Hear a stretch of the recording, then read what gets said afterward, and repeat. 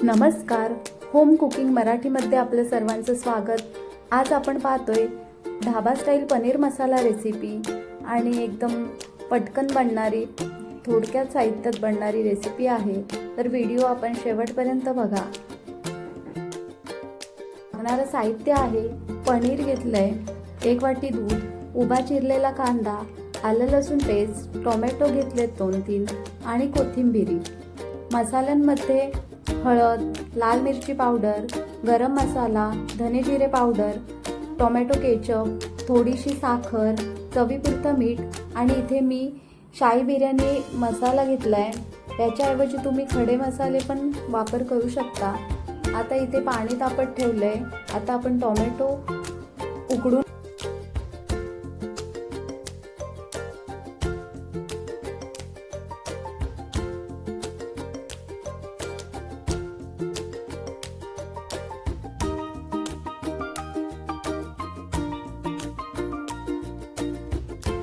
आता आपली टोमॅटोची प्युरी तयार आहे. तर आपण मसाले ॲड करून घेऊयात. आता घालणार आहे दूध,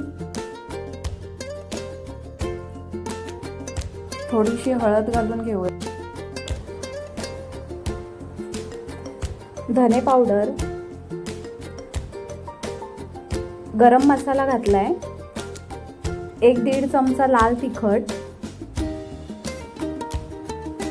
आता टोमॅटो केचप घेतला 1 चमचा आणि शाही बिर्याणी मसाला घेतलाय. आता हे मिश्रण चांगलं मिक्स करून घेऊयात.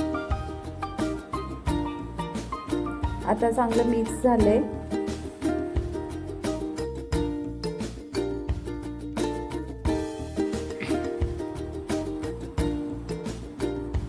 आता कढई गरम झाली आहे. आता घालणार आहोत तेल. 3-4 चमचे तेल घालून घेते.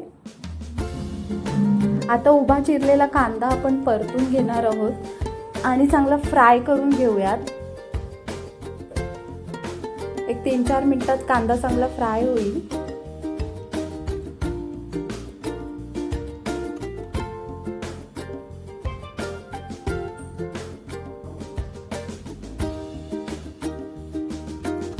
आता कांदा फ्राय झालाय. आता कांदा बाहेर काढूयात. आता तेल गरम आहे. आता घालून घेऊयात आलं लसूण पेस्ट, परतून घेऊयात.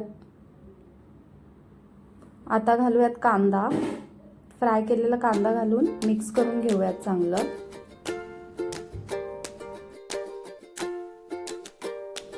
आता अद्रक आणि कांदा चांगला परतून झालाय. तर आता आपण ग्रेव्ही बनवून ठेवली ती घालूयात, मिक्स करून घेऊयात आणि 1-2 मिनिटं उकळी काढून घेऊयात. आता छान उकळी आली आहे. आता आपण पनीरचे तुकडे करून घेतलेत ते घालणार आहोत.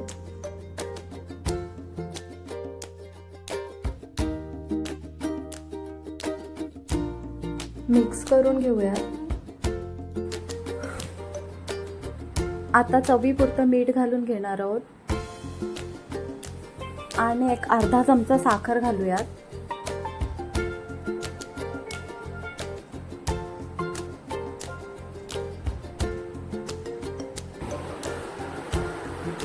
मिक्स करून आता झाकण ठेवून देऊयात.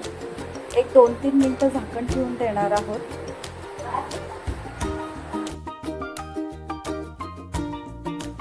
झाकण काढून घेऊयात. आता छान ग्रेव्ही पण मस्त कलर आलाय आणि मस्त अशी पनीरची भाजी आपली तयार आहे. आता कोथिंबीर घालून सर्विंग बाउलमध्ये काढून घेऊयात.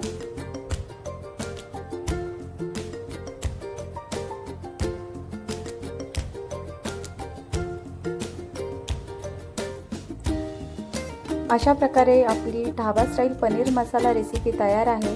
तुम्ही चपाती किंवा रोटीबरोबर खाऊ शकता. व्हिडिओ शेवटपर्यंत बघितला त्याबद्दल धन्यवाद.